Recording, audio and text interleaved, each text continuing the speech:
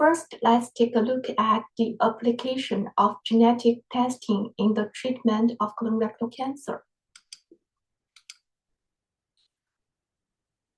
Let's refer the NCCN guidelines for colorectal cancer. The guidelines clearly recommend testing the status of three genes, KRAS, NRAS, and BRAF, to guide the selection of target therapies. The guidelines also recommended testing microsatellite status if the result is dMMR or MSI high. Immunotherapy is the first line option. Additionally, the guidelines suggest detecting several rare targets, including HER2, NTRK, POE, POD1, and RAD. The CRYSTAL-1 study has brought hope for benefit to CRC patients with KRAS G12C mutation.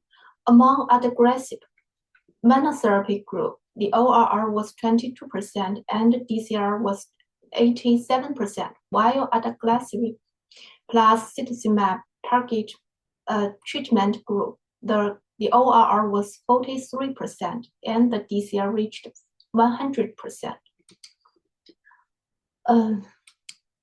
So FDA granted accelerated approval to adagrasib in combination with cetuximab for adult patients with KRAS G12C mutated locally advanced for metastatic colorectal cancer.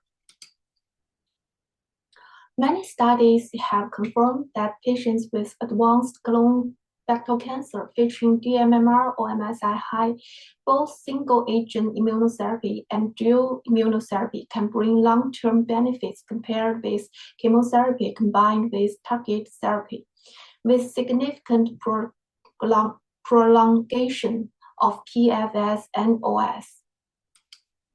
Similarly, the new adjuvant treatment of early-stage resectable dMMR or MSI high colorectal cancer, immunotherapy, especially dual immunotherapy, has achieved especially